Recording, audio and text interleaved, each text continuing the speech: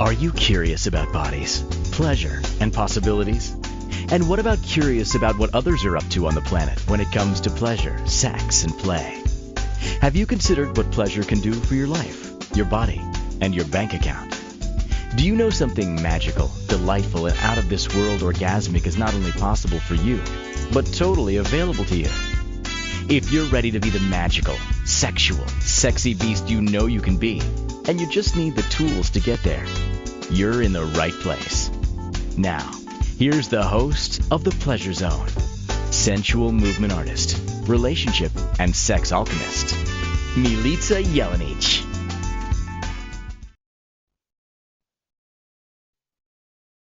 Welcome, my sweet pleasure seekers. You are joining me on The Pleasure Zone, but you're also joining my super fun guest, Jennifer Cramer, who's been on the show several times. And this week, we're going to actually be talking about a few things. And we've talked about things like pornography before on this show. And we've had other conversations about business and sex. So Jennifer has her own show on this station as well through Inspired Choices Network, through this network. And her show / production is called Big Fat Lies. It airs live on Fridays at 4 p.m. EST, 1 p.m. PST. You guys can figure out the rest of those STs all over the world. And if you've never listened to Big Fat Lies, I encourage you to go over there. The show's always got lots of great information, and Jennifer always has great references to all the different things she's learned in her life, especially things like human design. Jennifer is Canada's #1 business and relationship turnaround expert for deliciously ambitious, visionary female entrepreneurs. And she's also a modern day shaman and seer. Jennifer has over 20 years where she's been assisting entrepreneurs and business owners to ignite their dream life, find their joy, meaning, and success in business through her intuitive strategies and foresight that include both the body and the business. Because guess what? They go together. Surprise. Jennifer's approach is to identify the individual's core talents and energy fields, ignite them, and bind them to the bigger dream, then build systems that add elegance, joy, and profitability. You can find Jennifer both on her show at Big Fat Lies, on the Big Fat Lies on Fridays, but you can also find her on jennifercramerlewis.com. So today we're going to be diving into a topic about how the media interferes with sex in general, but I think it's even broader than that. It's like how the media interferes with desires, how it like brain trains us, and we're going to get into some. Both of us have done extensive different research and gotten information from different places, and we're going to be sharing that all with you guys tonight. So I'm really excited to have Jennifer on. For those of you who have never been on a show with us, it's more like watching two friends have a conversation and you get to be the voyeur. So how fun is it for you? Because these are like conversations that we have, and then we're just like, why don't we just film this so other people can watch too? And that's sometimes what happens if I'm talking to Jennifer, if I'm talking to Christine, who's the CEO of the station, sometimes we get in conversations where we're like, we ought to film this because people would like to know. So that's what we're doing. We're filming it. So Jennifer, welcome to the Pleasure Zone again. It's so great to have you. And so the conversation, actually, you brought it up with me, and I thought it was a great conversation to have about how media affects both our desires and our sex. And it's been fun for me because since we talked about that, I have been watching huge amounts of different research and videos and information from, mostly I've been diving into the queer community, the LGBTQ community, and seeing the perspective that's been kind of hidden and lost. And like, why is it that people are going on about there's a big thing right now where people are talking about pushing the gay agenda and like putting queer characters on TV as pushing a gay agenda. And then I think, wait a second, have we not had the hetero agenda pushed on us for like, I don't know, thousands of years? Yes. So I'm like, hey, what the frig? So yeah, so having media that influences us this is not new. And also, even when you look at things like ancient art, right? And you look at even when we were talking about this show, I was like, when you look at like ancient Greek art that in its day would have been considered like pornography, nowadays, when we look at it as art, could totally influence your thoughts, ideas, and choices. You might go, hey, that is a wild position those 5 people are in. Wonder if we can do it, right? So it might like bring up ideas or inspires. You never know. And media has been different throughout the ages. It's not always the way that we perceive it with like social media. So I think this is going to be a fun, fabulous conversation. What was it that struck you first, Jennifer, about like really having like the pull to talk about how media affects our sex? Yeah, well, it's interesting because it was me that was wanting to have a conversation with you about originally I had thought it was more of a political agenda. And then when we had our conversation, sort of like our preamble of like, hey, can we have a public conversation about this and, you know, share our unique points of view about it. We got around to that, you know, media and sort of like the brainwashing agendas have been going on since people could, you know, draw stick figures having sex with stick figures. And, you know, some of them had 3 legs and some of them didn't. And so it was like, we were talking about like, okay, well, what makes something erotic and what makes something pornography? And so we might end up talking about that today. And then we were also talking about the, you know, quote unquote gay agenda, or the, you know, the sexual diversity agenda. And it's so interesting. Like I have family members, you know, multiple family members on the LGBTQ plus spectrum. And, you know, like I still every day, I'm like, okay, I am not cool enough to have this conversation. And I'm a pretty liberal person, like, you know, so people who, you know, are quite a bit less cooler than me are trying to have these conversations with their family members. They are picking up, you know, on the truth of, you know, that there probably is an agenda. And that, you know, being gay or, you know, being, I'm just going to call it being gay. So, you know, being gay is not an agenda. It's not a lifestyle. And in most cases, it's not even a choice. You know, who you are sexually attracted to comes to you organically.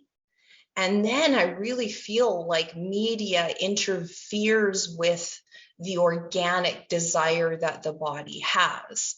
And I would say, you know, people who haven't bothered to educate themselves sort of don't realize that little kids are quite sensual with one another. And so if people leave it alone, you know, then they really get to learn quite a bit from one another, from their peer group about that kind of thing, you know, so long as it's safe, so long as it's consensual, and so long as it's sensual and it isn't moving over into sexual, you know, or beyond the scope of, you know, what somebody who's 5 or 6 or 7 or 8 or even like 12 can handle. And I think, you know, when it moves over into the sexualization of children, like I really feel like what's going on around kids can move over into the sexualization of their thoughts. And then, so that's been happening the whole freaking time. Absolutely. Yeah. Yeah. So yeah, absolutely. I mean, kids have always had either they've been left in the dark to not know anything. So in some ways that's even more damaging. And then there's the whole teaching people things before they're ready, before they're asking. That's also, I mean, learning anything before you're ready can be damaging when people start to, you know, find out truths about the world before they're ready. It's alarming. And it can, like, the cognitive dissonance can be so huge that people actually feel suicidal and have a hard time dealing with what they just found out. Like, oh my God, those things actually go on in the world. Like, when I've had conversations with people who are even in their 30s and 40s and they find out about human trafficking for the first time, it blows their minds. And it sometimes takes them months to be able to even like understand that this is real, this happens, it happens in every community. This is not something that is just happening in South America or in third world countries. This is happening everywhere, like down the road, it's happening everywhere. So those things can create a real shift in the mind as well. When we get too much information before we're ready, it can be shocking, but when you are ready, it's cool. It's that we're forced, like a lot of the stuff is forced on us, right? It's like if you're watching a TV show, then there's commercials that are sexualized. There are characters on pretty much every TV show that's highly sexualized. It's not that they just exist as sexual beings, which is to me a really cool thing. And I think actually Schitt's Creek, if you haven't watched it, Schitt's Creek is an amazing example where the character David is pansexual, but it's not a big deal. He's not highly sexualized. He's just a sexual being who has a life. So I think there's a big difference when we go to sexualized things, or when people are just acknowledged as sexual beings and it's just part of their story, just like being a sexual being is part of our story. It doesn't have to be something that's like an abrupt announcement of like, I need everybody in the world to know this. Like, it doesn't have to be. So it's like, this is who you are. We love you no matter. Like, there doesn't have to be a declaration.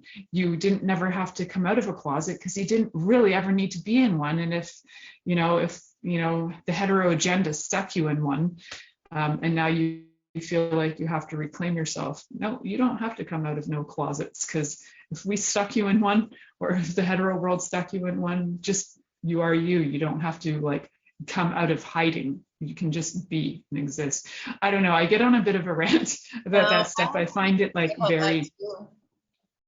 Yeah. So I have experienced 3 different family members who I knew perfectly well, had their own sexualness energy, and I am very sensitive. So I was already aware of, how they were feeling and how they were processing and what their thing was. And then most recently, a family member came out to me as being in a throuple. Like, okay, so, I have a primary partner and now I have a secondary partner. And, so it's like, I think one of the things that I would love people to have permission to do is to just know your truth about someone. And, when you love somebody, how they behave and how they, what they do with their own body in the privacy of their own home is really sort of nothing. Like, it's nothing to do with you until they come to you. And in the case of the 3 different family members, I kind of thought to myself, well, why do I need to have like this public declaration made to me? I was kind of I wasn't like, I already knew. So it was kind of like, I have brown eyes. Like, you have brown eyes. There you go. Okay. Would you like some tea with that? Yeah. I don't know. Good thing. There's a lot of people with brown eyes. I'm like, good thing you don't have to decide to have other colored eyes. Yeah. It's totally fine to have brown eyes. And, so like, I think, I feel, and luckily I'm very close to these family members, that I can have a candid conversation. Because one of the things that I really think is that there is way too sort of sexual a conversation with young people these days, so very young, it's not just like, hey, maybe keep your genitals in your underwear. And if anybody wants to see what's in your underwear, then just wait. Nobody needs to see what's in your underwear. And and that's also for safety, right? Like, that's also teaching them, like, your body is yours, it's sacred.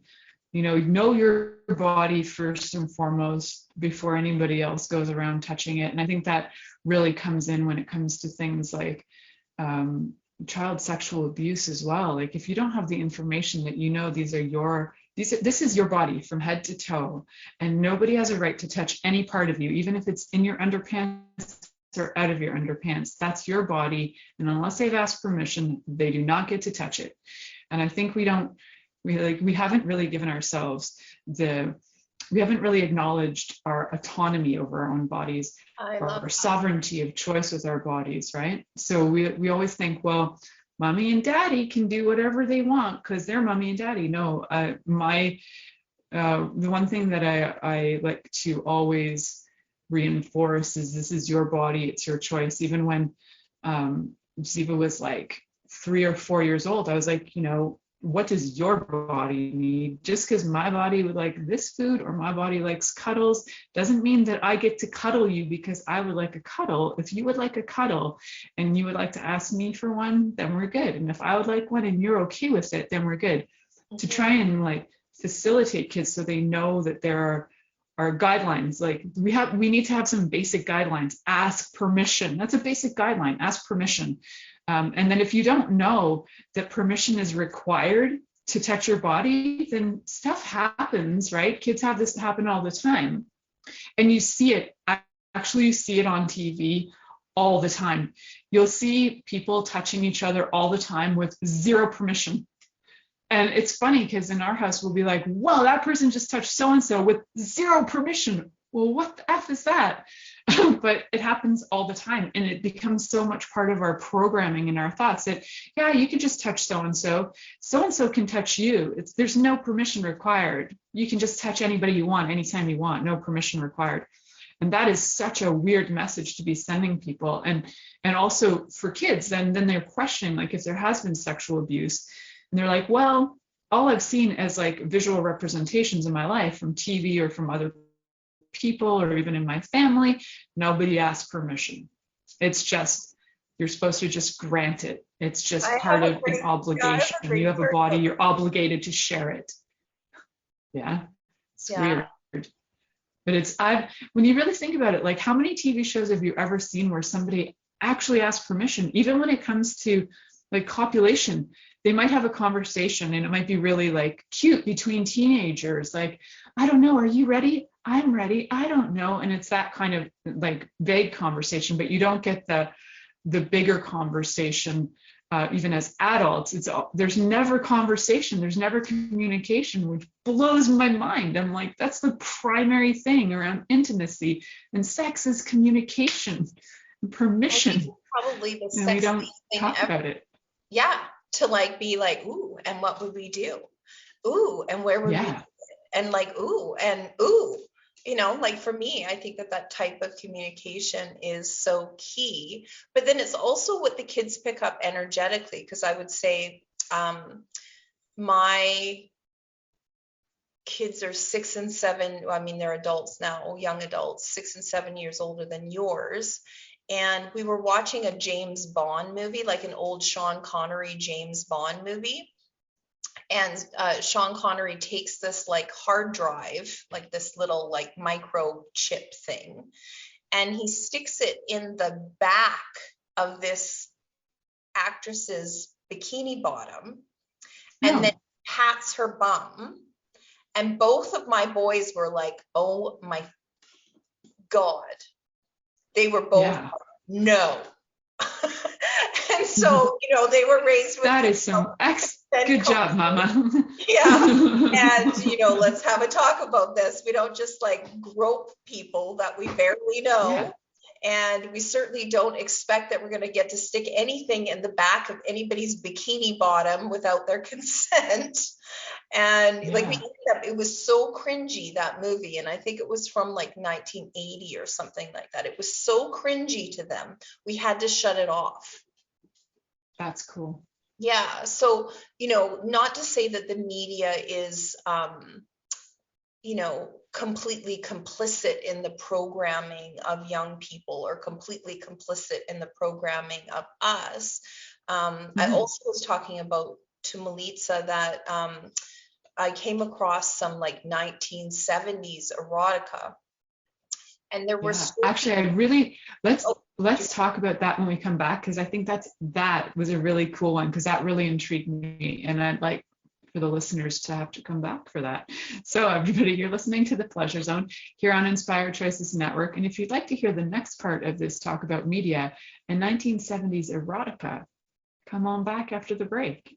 So come on over, if you're listening in Facebook, on Facebook Live, come on over to Inspired Choices Network and join us in the chat room. If you have questions, if you'd like to ask us questions, if you have comments that you would like to share, join us over in Inspired Choices Network in the chat room. Otherwise, we will see the rest of you from Facebook Live over on all the other networks later. So after this Are break, you secretly a voyeur, wondering what's going on in other people's sex lives? What if now is the time for a totally different sexual evolution? Are you interested in people who are pioneers of different sexual and pleasurable practices? Lean in now with Milica Jelenic, where she will entice you and your body to know your own pleasure zone. On the Pleasure Zone radio show with sensual movement artist Milica Jelenic, you'll receive tools, inspiration, and a foundation to allow yourself to receive more in your sex life, and quite possibly other areas of your life as well. Listen for The Pleasure Zone with Milica every Monday at 8 p.m. Eastern Time, 7 p.m. Central Time, 6 p.m. Mountain Time, and 5 p.m. Pacific Time on InspiredChoicesNetwork.com.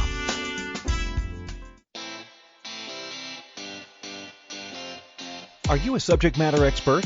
Are you here to share your expertise with an audience waiting to hear from you in only the way you can deliver? Are you ready to have your voice amplified across the airwaves? Inspired Choices Network has a global radio platform streaming to millions of people across the world. Professionally produced and supported by an accomplished team every step of the way, you can broadcast from anywhere in the world, knowing your voice matters, and we ensure it is delivered with ease and efficiency. Eager to hear your message, the world awaits. Contact us today to become an Inspired Choices Network radio host. Email become a host at inspiredchoicesnetwork.com. This is The Pleasure Zone with sensual movement artist Milica Jelenic. To participate in the program today, join our live studio audience in our chat room at inspiredchoicesnetwork.com. You can also make the choice to ask or comment by email, info@milicajelenic.com. Now, back to the program. Welcome back, sweet pleasure seekers. Tonight we're talking about how the media affects our sex, essentially our desires as well. In the first segment, we were talking about some of our experiences personally with people in our lives and things that we've seen personally. But this is actually the little segment where we're going to talk about some media and media resources that we have come across that are absolutely influential and have influenced even possibly generations and generations after that. So that is what we'll be talking about now. I want to welcome my guest, Jennifer Cramer. She's also a host of Big Fat Lies also on Inspired Choices Network. So you can find her over on her show on Fridays at 4 p.m. EST. And you can also find Jennifer through her website at jennifercramerlewis.com. If you'd like to connect with her, if you'd like to have sessions through business and relationships, she's an expert in turning the shit around. That's how I'm just going to simplify it. If you're in the pile of shit and you want your shit to turn around, that's a good person to talk to. So, Jennifer, this part of the segment really intrigued me because of when we were having our conversation about this, that I was like, yeah, this needs to be talked about, was what you found that day. If you could just tell the story, because I like the story behind how you came across this information too. Yeah. So I was out with a girlfriend. We were we're at garage sales and we came across some cool stuff. I think it was an estate sale, and we came across like 1970s or maybe 1960s erotica, just these little short stories. And so it would have been something, like maybe you had to buy it in a specialty bookstore, or maybe you had to like right away to get it. But there was there was more than 5 and there was less than 10. And so we were like passing back and forth this erotica, and every single one of the books had a chapter, like a little short story about having sex with your own daughter. And Right. so That when you told me that, I literally went, yeah, WTF, I don't even understand how that could be consistent across the board in all the books. Even if it's one book, what the hell? And then more than one, that is weird. But yes, go on. Because I was yeah. like alarmed when you And told me. so, yeah, and it's interesting. So that I found that, I'm just trying to think what year that would have been, like in between, like, I don't know, maybe let's say 2008, why not? And, and then I've been an autodidact my whole entire life. I've been a lifelong learner. I have experienced childhood sexual abuse. And so, and the person who abused me was a family member. And so, it's like the incest agenda being put, like, oh, not only, maybe these people were sexually abused by a family member, and then they come across media that sort of reinforces the eroticism of this choice. And so that was something that I've really sort of examined it. I'm like, okay, well, like if you have a look at, that sort of spectrum, it's like, okay, well, I have thoughts, I'm pretending to be another person. I have thoughts, feelings, and emotions, trying to process my childhood sexual abuse. I'm pretending to be another person, but of course I have. And then, I come across erotica that's in a book. So it's like, it's almost like it gives it another layer of authority. It's not just in my head, it's in a book. And then I read the book and then I'm like, wow, that's really sexy, in air quotes for you guys listening. Heavy duty quotes, maybe 2 sets of air quotes. And then, and brackets and like everything. Brackets with 6 asterisks, see footnote 1, footnote 2. See this whole other chapter on why that's not a good idea ever fucking ever. And yeah. So like probably the biggest thing that I want to talk about is the authority that taking something criminal and putting it in a book and then eroticizing it and then allowing people to buy it. And then, I'm reading stories about, having hot sex with my wife on the dryer as the dryer's on, and, maybe like doing it in the barn and with your wife, or some other consensual adults, all of the fun stuff. And yet there's like a criminal act that's happening right in the middle of these books. And so, it takes away the sting even. It might even take away the shock factor, that in chapter 5, we're like doing it in the back seat of the car, in a car wash. And then the next chapter 6, is a criminal act. And then chapter 7 is not. And so, and then I was also talking to Milica about, I can't quote that these laws, where these laws are, but there's 2 very, very disturbing things that are happening legally in North America, where they're trying to decriminalize sex acts against a family member, that, an immediate family member.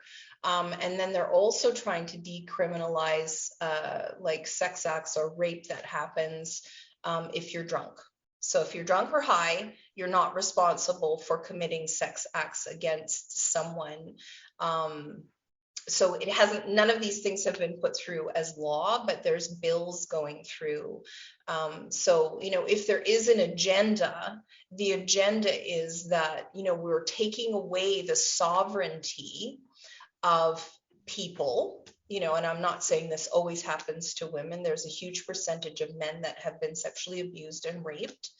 But the sovereignty of your own physical being, like I remember talking to my children very, very young, like, I don't get to touch you in a way that's not consensual to you. So if I'm not going to grab you, unless I feel like you're going to run out into traffic, I'm going to ask you a few times. And then, if you're still being a danger to yourself, I might move you with your arm.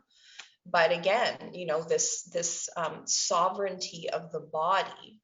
I really want to Mhm. talk to you guys about that. It's really, really important to me that you understand that when you are at large in your home or at large in public, nobody gets to touch you in a way that's not consensual. You know, they don't get to like, ooh, touch your hair or touch your arm or touch your breast or touch your ass. Like nobody gets to touch anything. And, you know, growing up the way that I grew up, there wasn't any body autonomy. You know, people were sort of like grabbing me. And, you know, in public, strangers have grabbed me. And, you know, so it's like, what is programming people that they think that they get to grab you? Like, I'm wondering about that. Yeah, and all I can think of is all the shows I've ever watched where it's just constant, right? People are like every character, there's no permission ever asked about touch. There's no permission in between the parents on shows. It's often just like assumed, like that, you know, a father can hug a child, a mother can hug a child, but at a certain age, when the child can actually communicate, and the child can communicate pretty young. And by pretty young, I mean like you're a baby.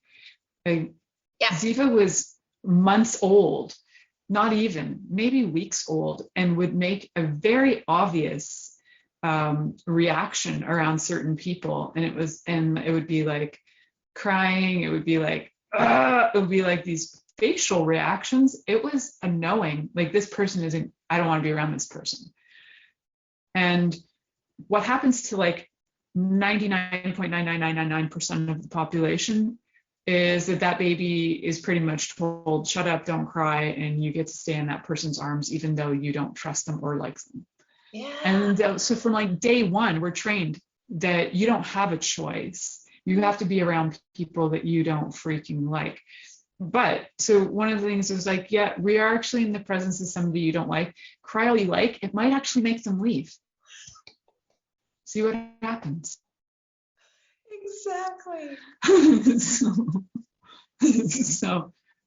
so yeah, we also have choices when we know we're like maybe in a space or a circumstance. It's like, well, you need to be there for certain reasons, and you can't run out the door at that moment. You could be like, I don't know, in a bus, and you can't just get up and run out the door, right? You could be in a situation. So yeah, just cry. If those people are bugging you and you don't have a voice, make some noise. And the thing is, we always assume communication has to be verbal, and it's so not, right? There's the energetic communication, there's nonverbal cues.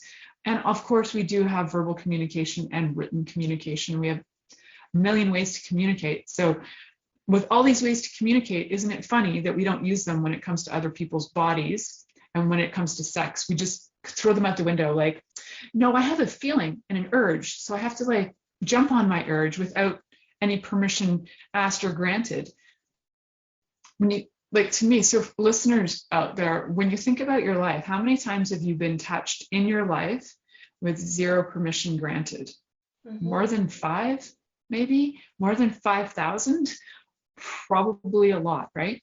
And we get so freaking trained into it. And I really think that we've just been trained from day one, whether it's from our parents or whether it's from what our parents have seen, right? So media doesn't always have to be, media to me is just a way of saying you're being trained by different thoughts, but the repeated thought training, right? So whether it's your parents creating their own media in your own home, it's like a family media, or whether you have like a mass media, right? It's different, but it's all like information that's constantly coming at you.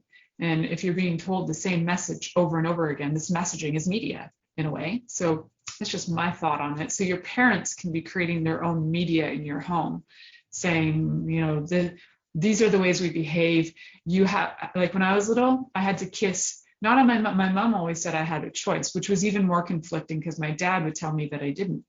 You have to kiss so-and-so, that's my friend. And I'm like, I don't want to kiss these freaking gross people who smell bad and blah, blah, blah. So Serbians always kiss 3 times, but he always had the sneaky bastard who would like move his mouth in front to try and like kiss you on the lips, which was like, for frig's sake, like, really, do I need to kiss these old, disgusting people all the time? When you're like 6 years old, it's weird. It's very uncomfortable and weird. And we're told that's what you do. It's respect. No, it's not respectful. It's disrespecting me and my body. But that media, that training, that messaging that we've been told over and over again, it's so messed up. So we have that media, that porn that trained the fathers in the 60s and 70s. This behavior is okay. We have, we've had media too tell us that we should be ashamed of certain things. Like even in the 1970s, there was some like content that came out on TV that was like queer content, and it's that all that content was actually really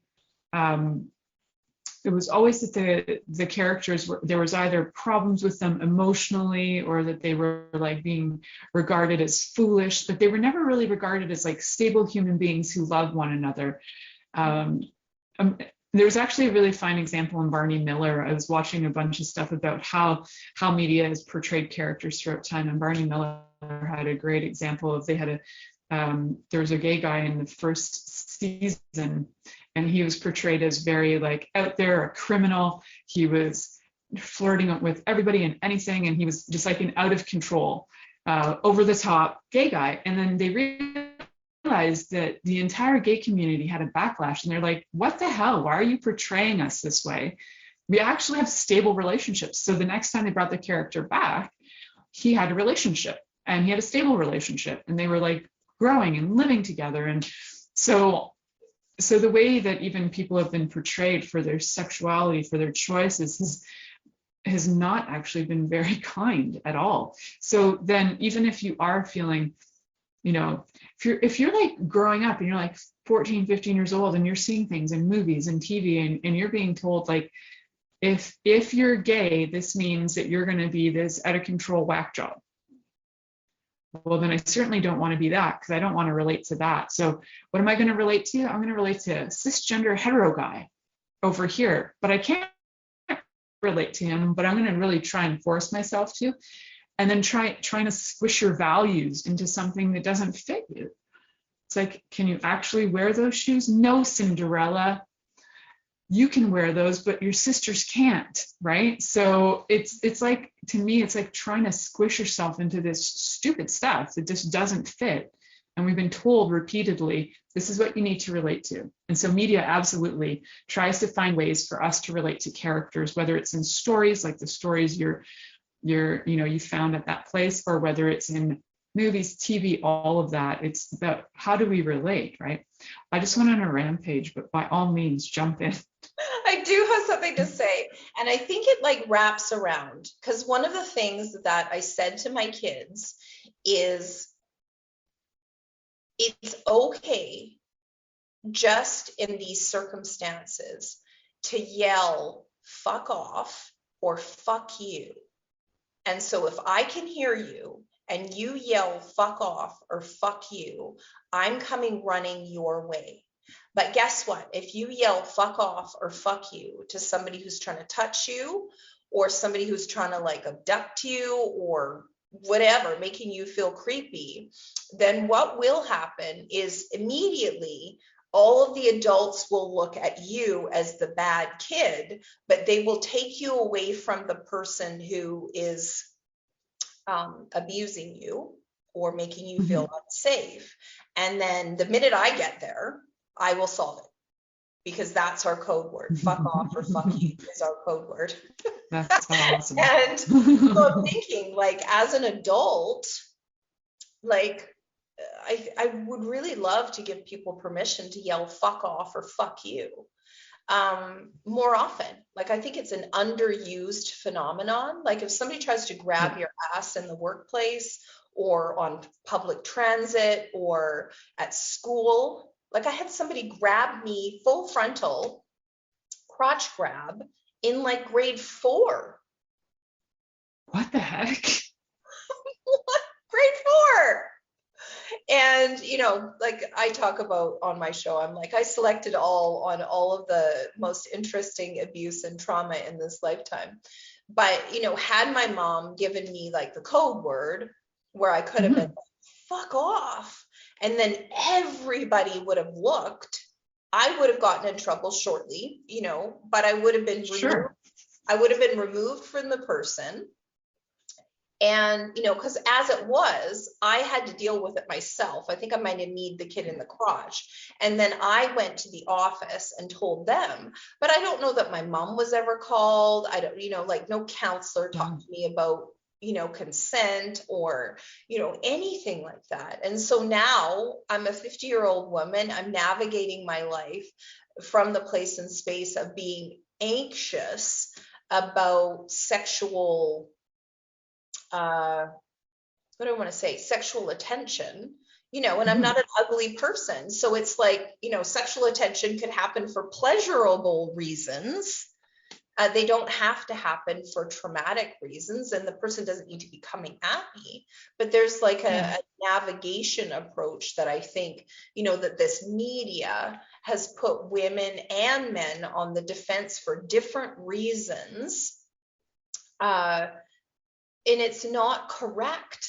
You know, it's not like, ooh, you know, like I find this person super attractive. So, you know, like, how do we navigate that? And people who find me sexually attractive, and I'm kind of like, never. How do we navigate that? And, you know, so it's like the media, you were saying, you know, portrays people who are, you know, in one scene, they're kind of like making flirty eyes at one another. And then in the next scene, it's like all the clothes are off and they're in bed together. Like, what the hell happened between flirty eyes and being in bed together? Like, and, you know, what were the incremental choices that allowed that to happen? Yeah, nothing apparently, because that's apparently how it works in life, is that there's no conversation that ever happens. And the thing is, now we have things like Tinder where everybody's expecting that. It's like, I sent you a message. Don't you understand that? I've never been on Tinder, but this is the reports I get.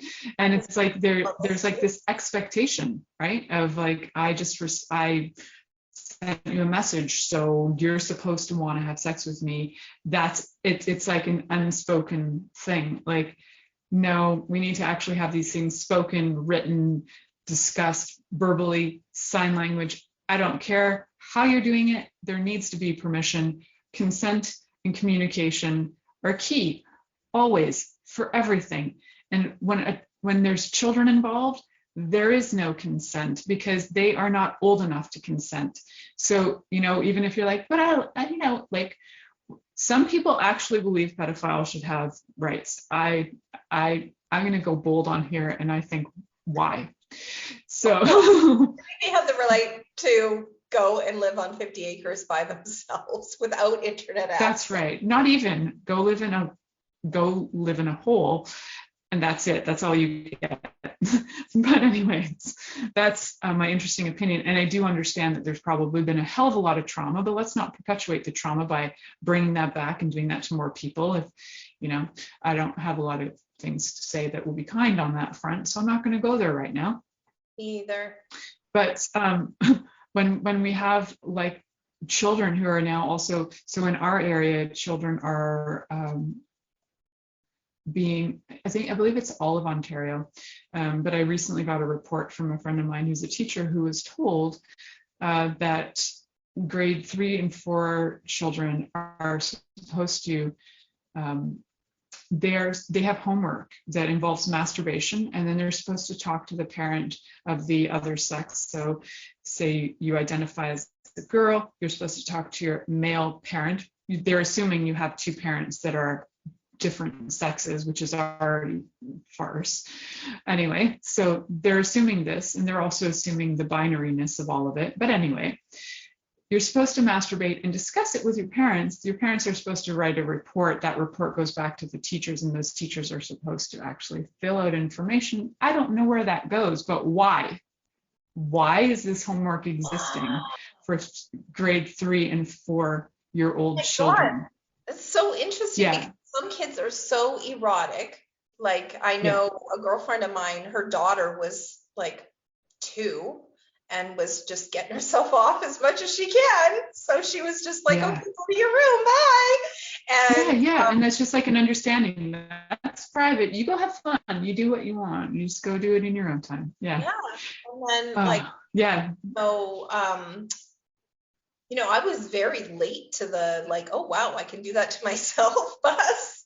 And I think the first time that I had an orgasm from masturbation was with a sexual partner, because he found that that was really erotic for him. And I was like, I had never at that point in time given myself an orgasm by masturbating. I mean, I had touched myself, but I didn't realize that I could actually take myself that far for some reason.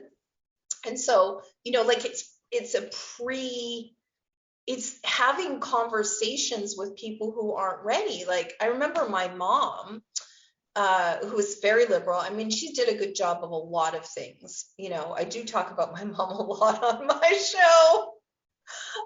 She did do a good job of a lot of things, but she wanted to talk to me about like having sex at like 12 or 13. And I was still playing with Barbies. I was like making couture Barbie gowns at like 12, out of like scarves and like hair elastics. I was not interested in, letting anybody near my body in a sexual way. Maybe having the conversation about sexual abuse would have been better. We're going to head to our last commercial, and then we'll talk about some of that when we come back. You're listening to The Pleasure Zone here on Inspired Choices Network, and we'll be right back after this commercial. Are you secretly a voyeur, wondering what's going on in other people's sex lives? What if now is the time for a totally different sexual evolution? Are you interested in people who are pioneers of different sexual and pleasurable practices? Lean in now with Milica Jelenic, where she will entice you and your body to know your own pleasure zone. On the Pleasure Zone radio show with sensual movement artist Milica Jelenic, you'll receive tools, inspiration, and a foundation to allow yourself to receive more in your sex life, and quite possibly other areas of your life as well. Listen for The Pleasure Zone with Milica every Monday at 8 p.m. Eastern Time, 7 p.m. Central Time, 6 p.m. Mountain Time, and 5 p.m. Pacific Time on InspiredChoicesNetwork.com. Interested in masturbating for money, copulating for consciousness, and pleasuring on purpose? 21 Days of Sexual Magicism with sensual movement artist Milica Jelenic is an exploration of tools, processes, and actions that you can use to create more for your life, your body, your money inflows, and so much more.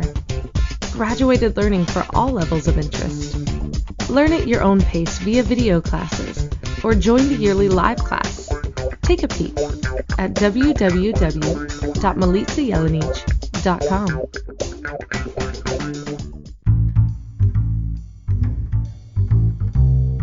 How wonderful would it be to carry your favorite Inspired Choices Network host with you throughout your day? Well, now you can. Inspired Choices Network now has its very own mobile app. Our free app offers live streaming shows, along with thousands of podcasts and TV episodes. Our shows cover a wide variety of topics. Whether you're waking up with us, carrying us through the day, and taking us to bed with you, we're always here for you to enjoy. We're easy to find. Just search for Inspired Choices Network in the Apple App Store or Google Play Store. This is The Pleasure Zone with sensual movement artist Milica Jelenic. To participate in the program today, join our live studio audience in our chat room at InspiredChoicesNetwork.com. You can also make the choice to ask or comment by email, info@milicajelenic.com. Now, back to the program. Yes, people are going to be so sorry that they didn't go in the chat and ask us questions. So true. Oh, I know. Guys, you missed out. But if you do feel like asking us questions, you can always set up having a private session. So yeah, that's another option. Yeah. So go over to jennifercramerlewis.com. You can set up a session with her. You can come over to my website as well, milicajelenic.com. On there, you have an option to actually get, you can have a very quick discovery session with me to see if I'm a fit for you. So you can pick that. It's a 15-minute quickie. Otherwise, if you really love me already and you'd like to set up a session, just go on there, click on the link, and you can absolutely book right there. So that you can find that at the bottom of my webpage. Book now if you'd like to do that.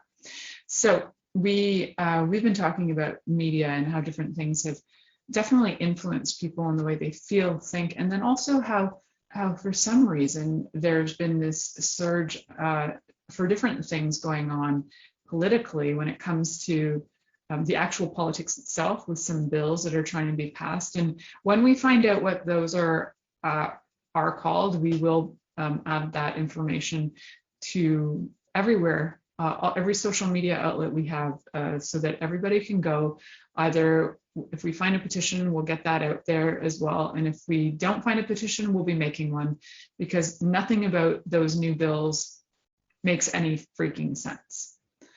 So we'd like to stop that shit before it goes further. Is that you can go to is endsexualexploitation.org. So if you go to endsexualexploitation.org, that's run by NCOSE. So that's the National Commission for Online Sexual Exploitation, against online sexual exploitation of children. And, you know, I think probably one of the biggest things that people need to realize is porn is not what you think it is. It's just not. And so there's a whole nother show that I've done on my show, and it's called Why Porn is Making You Broke. And so definitely look that one up, because if you're having problems, I've listened to it. It's great. Yeah, if you're a regular consumer of porn, you need to understand that nobody in porn is consensual. Like, even if they think they're consensual, they're actually not. They're being exploited.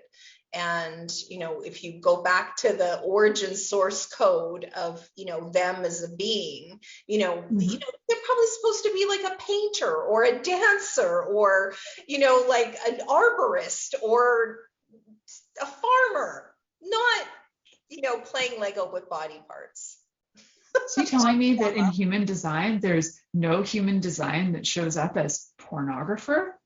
No, there's not. And it's interesting because I have a very sexual profile. So if anybody was supposed to be, you know, somebody who was supposed to show up in public and, you know, be sexy, it would probably be me. But it's more about being sensual and consensual. Guess sensual, it's like right in the word. Yes, right? I know, it's really funny. With con actually meaning with in that sense, like with sensualness, with the feeling. So it's all fascinating, isn't it? but we once again with feeling. Yes, with feeling. We don't really honor that so much. But what I'm really happy to know is that more and more people are becoming aware of this, and more people are talking about all of these different things when it does come to child sexual abuse and human trafficking, and becoming aware of how some of these things are like, they're like hidden messages in shows. And maybe one day I'll actually sit down and like go through a bunch of shows and show you some of the things that to look for in terms of like symbology of where they're saying, hey, it's okay to do this. Like, we stand for this. There is symbology in shows that will actually show that people have beliefs that they stand for certain things that are outright criminal, totally criminal. Yeah. So it's to me, anything that is not consensual is criminal. So theft, sexual abuse, because it doesn't involve consent. I mean, if you are involving things with consent, I would not consider that criminal. So although many acts that have been consensual have been criminalized, like we were talking about earlier in the LGBTQ community, it was criminal to be gay for a very long time. Still is in many parts of the world. It's criminal to be gay, and you could be absolutely hung or killed. Criminalize it trying to recriminalize it. Absolutely.